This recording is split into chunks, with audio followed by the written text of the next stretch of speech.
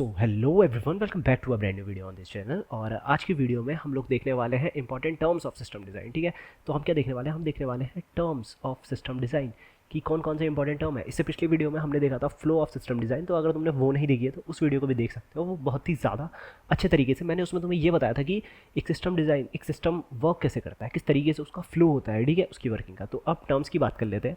तो ये वीडियो बहुत ज़्यादा इंपॉर्टेंट है बिकॉज इसमें कुछ इंपॉर्टेंट टर्म्स मैं तुम्हें बताने वाला हूँ। ओके, बहुत ज़्यादा इंपॉर्टेंट है वो। तो पहला इंपॉर्टेंट टर्म जो कि है विच इज़ स्केलेबिलिटी। और इसके बारे में यार हमने बात करी थी आई थिंक पहली वीडियो में भी कि स्केलेबिलिटी क्या होती है। तो कुछ नहीं है यार, एक एबिलिटी है सिस्टम की कि वो किस तरीके से स्केल कर सकता है अगर उस पर लोड बढ़ा दिया जाए। ठीक है, मान लो कोई एक सर्वर है, ठीक है, मैं तुम्हें इसको थोड़ा अलग तरीके से समझा रहा हूँ इस बार कि मान लो कोई सर्वर है, ठीक है, और उस पर अभी आ रहा है लोड 100 लोगों का।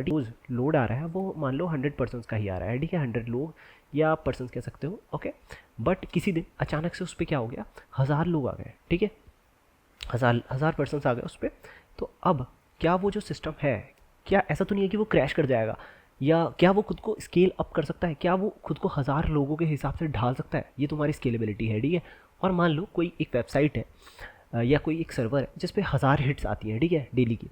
अब किसी दिन कम आई, मान लो किसी दिन से 100 ही आई, तो क्या वो उसके हिसाब से रिसोर्सेज वेस्ट ना करके खुद को स्केल डाउन कर सकता है? तो मैंने क्या बोला, मैंने कहा क्या वो खुद को स्केल अप कर सकता है, क्या वो उसको स्केल डाउन कर सकता है, ठीक है, सिचुएशन के हिसाब से। तो ये हमें कौन बताता है? स्केलेबिलिटी बताता है। मतलब स्केलेबिलिटी कहता है कि कितने यूज़र्स को एक सिस्टम हैंडल कर सकता है, और अगर ज़रूरत पड़ी तो क्या वो खुद को स्केल अप और स्केल डाउन भी कर सकता है रिक्वायरमेंट्स के हिसाब से। तो अगर ये चीज़ें कर रहा है तो मतलब हमारा सिस्टम जो है बहुत अच्छा स्केलेबल है, ठीक है। अब दो टाइप की स्केलेबिलिटीज़ होती हैं। First one is horizontal scaling and second one is vertical scaling, ठीक है। अब देखो मैं तुम्हें नाम के हिसाब से बताता हूँ। पहले मैंने हॉरिजॉन्टल लिख दिया, तो लेकिन फिर भी मैं तुम्हें पहले वर्टिकल ही बताऊँगा, ठीक है, क्योंकि ये एक तरीका है, एक फ्लो होता है कि पहले हम वर्टिकल को पढ़ते हैं फिर हॉरिजॉन्टल को देखते हैं। तो वर्टिकल स्केलिंग क्या कहती है कि मान लो कोई सिस्टम है, ओके, तो इसमें क्या करते हैं हम, सिस्टम की रिक्वायरमेंट्स को ही अप कर देते हैं हम। रिक्वायरमेंट्स कहना सही नहीं होगा, सिस्टम रिक्वायरमेंट्स जो भी हमारी, उनको हम बढ़ा देते हैं। जैसे मान लो कोई एक सिस्टम है, उसमें पहले 8 GB रैम थी, ठीक है, लेकिन अब हमने देखा कि यार उस पर यूज़र्स आ रहे हैं, बहुत ज़्यादा हमारे सर्वर पे यूज़र्स आ रहे हैं, तो हमने क्या करा, हमने कहा 8 GB मत करो यार, अब 12 GB कर लो या 16 GB कर लो। मतलब तुम क्या कर रहे हो, जो प्री बिल्ड तुम्हारा हार्डवेयर है बस उसकी कैपेबिलिटीज़ को इन्हेंस कर रहे हो, ठीक है, इंक्रीज़ कर रहे हो उसकी कैपेबिलिटी को। तो इसको कहते हैं वर्टिकल स्केलिंग, वर्टिकल स्केलिंग भी कहते हैं इसको, ठीक है। और दूसरी है हॉरिजॉन्टल स्केलिंग, ठीक है। हॉरिजॉन्टल स्केलिंग क्या होती है? इसका मतलब है तो मल्टीपल सिस्टम्स लगा दे रहे हो। तुमने कहा अभी हमारे पास एक सर्वर था जो कुछ लोगों को हैंडल कर रहा था, ठीक है, अब हमारा लोड बढ़ गया, तो हमने क्या करा, हमने कहा कोई बात नहीं, हम मल्टीपल सर्वर्स लगा लेंगे। हमने 2-3 और मशीन्स वैसी ही ऐड कर दी, ठीक है। तो ये तुम्हारी कहलाती है हॉरिजॉन्टल स्केलिंग। तो अभी के लिए इतनी चीज़ें काफ़ी है स्केलेबिलिटी में। और अब बात करते हैं अगले टर्म की। सो अगली टर्मिनोलॉजी कहती है लेटेंसी। तो लेटेंसी क्या होता है यार? लेटेंसी को तुम ऐसे समझ सकते हो कि एक रिक्वेस्ट को हैंडल करके रिस्पांस देने में, क्लाइंट के पास रिस्पांस पहुंचने में कितना टाइम लग रहा है, ठीक है, इस तरीके से तुम समझ सकते हो। या ऐसे कह सकते हो कि कितनी देर में रिस्पांस आया, कितनी देर में रिस्पांस आ रहा है। ये तुम्हारी क्या हो जाती है, लेटेंसी होती है, ठीक है। समझ रहे हो? अगर लेटेंसी लेस है, मतलब लेटेंसी लेस है तो मतलब बहुत अच्छा एक्सपीरियंस है तुम्हारा, एक्सपीरियंस क्या होगा, इन्हेंस होगा, ठीक है। और अगर लेटेंसी लो है तो हमारा एक्सपीरियंस क्या होगा, डिक्रीज़ होगा। तो क्या बोला मैंने कि कितनी देर में रिस्पॉन्स आ रहा है, एक रिक्वेस्ट का कितनी देर में रिस्पॉन्स आ रहा है, वो होती है तुम्हारी, वो डिसाइड करती है लेटेंसी क्या होने वाली है। और इसके लिए अगर तुम एग्जांपल ही ले रहा है तो जैसे BGMI या PUBG तुम लोगों ने खेला होगा अगर, तो उसमें क्या होता है, नीचे पिंग बनी आती है, ठीक है, ऐसे इधर पे एक सिग्नल सा आता है, उसमें पिंग लिखी होती है, ठीक है। 20 ms का मतलब होता है कि भाई बहुत बढ़िया आ रहा है, और 9999 में गेम चलना बंद हो जाता है, ठीक है। तो ऐसे समझ सकते हो, जितनी कम हमारी पिंग होगी, जितनी कम हमारी लेटेंसी होगी, उतना ज़्यादा अच्छा हमें एक्सपीरियंस मिलेगा, ठीक है, ऐसे समझ सकते हो। अब जो तीसरी चीज़ है वो है थ्रूपुट। थ्रूपुट थ्रूपुट क्या कहता है भाई? ये तो कुछ क्रेजी सा वर्ड है, तो मैंने कहा हाँ सही है। तो ये कहता है कि तुम कितनी, how many request you can handle at a time. मतलब एक टाइम पे हम कितनी रिक्वेस्ट हैंडल्स कर सकते हैं, वो हम नहीं, मतलब सिस्टम ऑब्वियसली, कि कितनी रिक्वेस्ट वो हैंडल कर सकता है, वो तुम्हारा थ्रूपुट कहलाता है। ओके, अब जैसे इसको कैसे देखते हैं, इसको ऐसे लिखते हैं कि जैसे 100 रिक्वेस्ट पर सेकेंड या 1000 रिक्वेस्ट पर सेकेंड, ठीक है, ऐसे तुमने देखा होगा बहुत सारी जगह लिखा रहता है, तो वो होता है थ्रूपुट। तो मैंने क्या बोला, थ्रूपुट क्या होता है? थ्रूपुट होता है एक सिस्टम कितनी सारी रिक्वेस्ट को एट अ टाइम हैंडल कर सकता है, ठीक है, समझ गए? आई होप समझ गए होगे थ्रूपुट क्या होता है।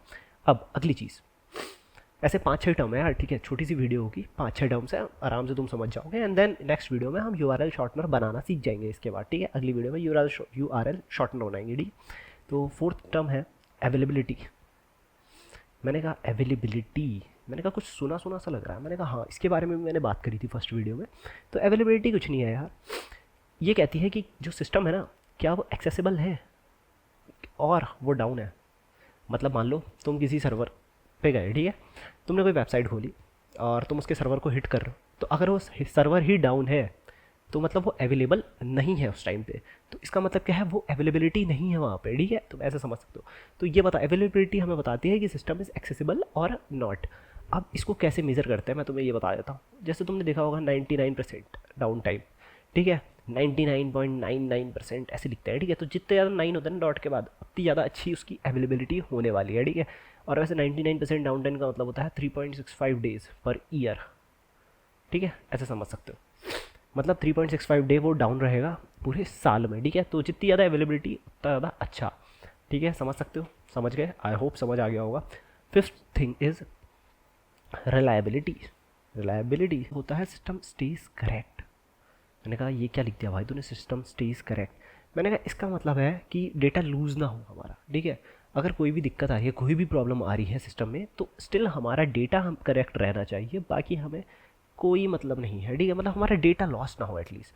अगर डेटा लॉस नहीं हो रहा है तो मतलब सिस्टम तुम्हारा रिलायबल है। अगर डेटा लॉस हो जा रहा है तो मतलब सिस्टम में इशू है भाई, दिक्कत है। तुम्हारा डेटा लॉस हो कैसे रहा, तुमने रेप्लिकेशन ढंग से नहीं किया है या तुमने डेटाबेसेस अच्छी यूज़ नहीं कर रहे हैं, ऐसा भी कह सकते हो, ठीक है। तो ये बात है, ये होती है तुम्हारी रिलायबिलिटी।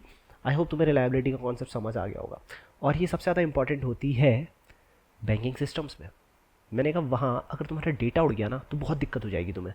तो हम क्या कोशिश करते हैं कि जो बैंकिंग सिस्टम्स होते हैं, जो पेमेंट सिस्टम्स होते हैं, उनको हम बहुत ज़्यादा रिलायबल बनाने की कोशिश करते हैं। देन स्पीड, भाई अगर थोड़ा लेट भी हो रहा है ना और तुम्हारी ट्रांजेक्शन्स आराम से हो जा रही है ना, तो कोई दिक्कत नहीं है। मान लो अगर तुम कुछ पैसों का लेन देन कर रहे हो, ठीक है, तुमने 10 लाख रुपये किसी को भेजने हैं, अब तुम वहाँ स्पीड थोड़ी देखोगे कि भाई 1 सेकंड में पहुँच गया या मिली सेकंड्स में पहुँच रहा है। तुम कहोगे भाई बस पहुँच जाए, भले ही 1 मिनट ही क्यों ना लग जाए, बट कोई बात नहीं, पहुँचना चाहिए हमारा पैसा, ठीक है, बस 1 मिनट नहीं लगता है, हो जाता है। तो ये होती है रिलायबिलिटी। अब अगली चीज़ जो है लास्ट टर्म, जिसको हम कहते हैं सिक्स्थ टर्म, वो है कंसिस्टेंसी। मैंने कहा इसका मतलब क्या है, मैंने कहा इसका मतलब है कि सिस्टम हमेशा करेक्ट डेटा ही शो करे। System must show the updated data. मैंने कहा अगर मान लो, अब देखो ये कहाँ पे यूज़ आता है, तो मैं इसका यूज़ केस से बताऊँगा तो तुम्हें ज़्यादा आराम से समझ आएगा। तो सपोज़ करो मल्टीपल सर्वर्स है, ठीक है, मल्टीपल सर्वर्स है। अब एक यूज़र आया, उसने इससे बातचीत करी, ठीक है, उसने बोला भाई यार मैं मतलब इसके साथ कुछ कुछ किया, उसने कुछ कुछ किया, मतलब इसमें कुछ डेटा वेटा स्टोर किया। अब क्या होता है बड़े बड़े सर्वर्स में, मतलब बड़े, अब ज़रूरी नहीं है ना कि तुम्हें हर बार यही सर्वर मिले। ऑब्वियसली लोड बैलेंसर है, अगर उस टाइम पे इस पर लोड कम था तो उसने तुम्हें इस पर रीडायरेक्ट कर दिया, ठीक है, मैंने तुम्हें बताया लोड बैलेंसर के बारे में। लेकिन अब मान लो अगली बार उसने तुम्हें इधर ट्रांसफ़र किया, ठीक है, इधर इस वाले सर्वर पे। लेकिन अब क्या हुआ, अगर मान लो यहाँ पे जो तुमने डेटा यूज़ किया था अगर वो अपडेटेड ना हो, मतलब यहाँ पे जो तुमने यूज़ किया वो इस वाले के पास, इन वालों को पता ही नहीं है कि भाई डेटा में कुछ अपडेशन हुई है, और वो तुम्हें क्या कर रहा है, ओल्ड डेटा ही दिखा रहा है। समझ रहे हो, वो तुम्हें अभी भी ओल्ड डेटा दिखा रहा है। तो इसका मतलब कंसिस्टेंसी नहीं है वहाँ पे, ठीक है। तो हम कोशिश करते हैं हमारा सिस्टम हमेशा कंसिस्टेंट रहे। वैसे भी दो टाइप की कंसिस्टेंसी होती है, एक होती है यार स्ट्रॉन्ग कंसिस्टेंसी या स्ट्रॉन्ग कंसिस्टेंट कह सकते हो, और एक होता है तुम्हारा इवेंचुअल कंसिस्टेंसी, ठीक है, इवेंचुअल कंसिस्टेंसी। तो स्ट्रॉन्ग कंसिस्टेंसी यह कहती है कि सबको पता चल जाएगा, ठीक है, सब में एक साथ अपडेट होगा, ठीक है, सारे डेटाबेसेस में एक साथ अपडेट होगा, सारी चीज़ें एक साथ अपडेट हो रही होगी, तो हमेशा सिस्टम क्या रहेगा, कंसिस्टेंट रहेगा। वहीं पे इवेंचुअल कंसिस्टेंसी कहती है कि यार कोई बात नहीं, थोड़ा डिले ले लो, थोड़ा लेट में तुम अपडेट कर दो, बट बाद में अपडेट कर ही देना, ठीक है। अब इनके बारे में तुम पढ़ सकते हो कि कहाँ पे होता है। जैसे मैं तुम्हें एग्जांपल देता हूँ, इवेंचुअल कंसिस्टेंसी हम लोग यूज़ करते हैं इंस्टाग्राम पोस्ट में, ठीक है। जैसे तुम इंस्टाग्राम पोस्ट यूज़ करते हो ना, ज़रूरी थोड़ी है भाई लाइक एकदम अभी आ जाए, क्योंकि कई बार होता है कि यार जैसे हम लाइक करते हैं, 3-4 लोग अगर एक साथ लाइक कर दें, 3-4 नहीं मतलब थोड़े ज़्यादा लोग एक साथ लाइक कर दें, तो कई बार लाइक और व्यूज़ आपस में मैच नहीं कर रहे होते हैं। कई बार जैसे यूट्यूब पे हो जाता है, कई बार कोई वीडियो बहुत अच्छी होती है तो उसके व्यूज़ और लाइक, कई बार तो लाइक व्यूज़ से ज़्यादा होते हैं, ठीक है। तो ये क्या होता है, eventual consistency, but at the and वो सब कुछ सही हो ही जाता है, ठीक है। और वहीं पे जो स्ट्रॉन्ग कंसिस्टेंसी है वो हम लोग यूज़ करते हैं बैंकिंग सिस्टम में, क्योंकि यहाँ पे हम अफोर्ड नहीं कर सकते ना कि मान लो दो लोगों ने फिर अलग अलग जगह से पैसे डाले निकाले एक साथ ही, और अगर सिस्टम कंसिस्टेंट नहीं होगा ना तो दोनों तरफ से पैसे निकल जाएंगे, ठीक है। तो ये एक फॉल्ट भी था यार, मैंने किसी मूवी में देखा था या कुछ तो था, वो रियल लाइफ से इंस्पायर्ड था, तो तुम लोग देख लेना किसी ने देखा होगा तो। बट यही है, और यही 6 इंपॉर्टेंट टर्म्स हैं, ठीक है। यही 6 इंपॉर्टेंट टर्म्स हैं हमारे सिस्टम डिज़ाइन के। अगर तुम्हें ये पता है तो तुम्हें बहुत कुछ पता है। और इसी के साथ साथ एक और चीज़ होती है जो होती है कैप थ्योरम। तो यार कैप थ्योरम मैं सोच रहा हूँ कि अगली वीडियो में जब हम यूआरएल शॉर्टनर बनाएंगे, उसका सिस्टम डिज़ाइन बनाएंगे पूरा का पूरा, तो उसी के साथ हम इसको भी इंक्लूड कर देंगे कैप थ्योरम को, क्योंकि ये बहुत बड़ा कॉन्सेप्ट नहीं है। तो मैं तुम्हें एक आइडिया दे देता हूँ कि क्या होता है। Consistency, availability and partition tolerance होता है, ठीक है। तो इन तीनों में से ये हमेशा रहता है, और इन्हीं दोनों में से हमें चूज़ करना होता है कि हमारा जो सिस्टम है वो कंसिस्टेंट रहेगा या अवेलेबल रहेगा। ये मैं तुम्हें नेक्स्ट वीडियो में बताता हूँ। तो अभी के लिए इतना ही। अब मैं मिलता हूँ तुमको से कल। होप करता हूँ तुम्हें समझ आ गया होगा। अगर कोई चीज़ समझ नहीं आई है तो कमेंट कर सकते हो, और वीडियो को लाइक कर देना। तब तक के लिए बाय बाय।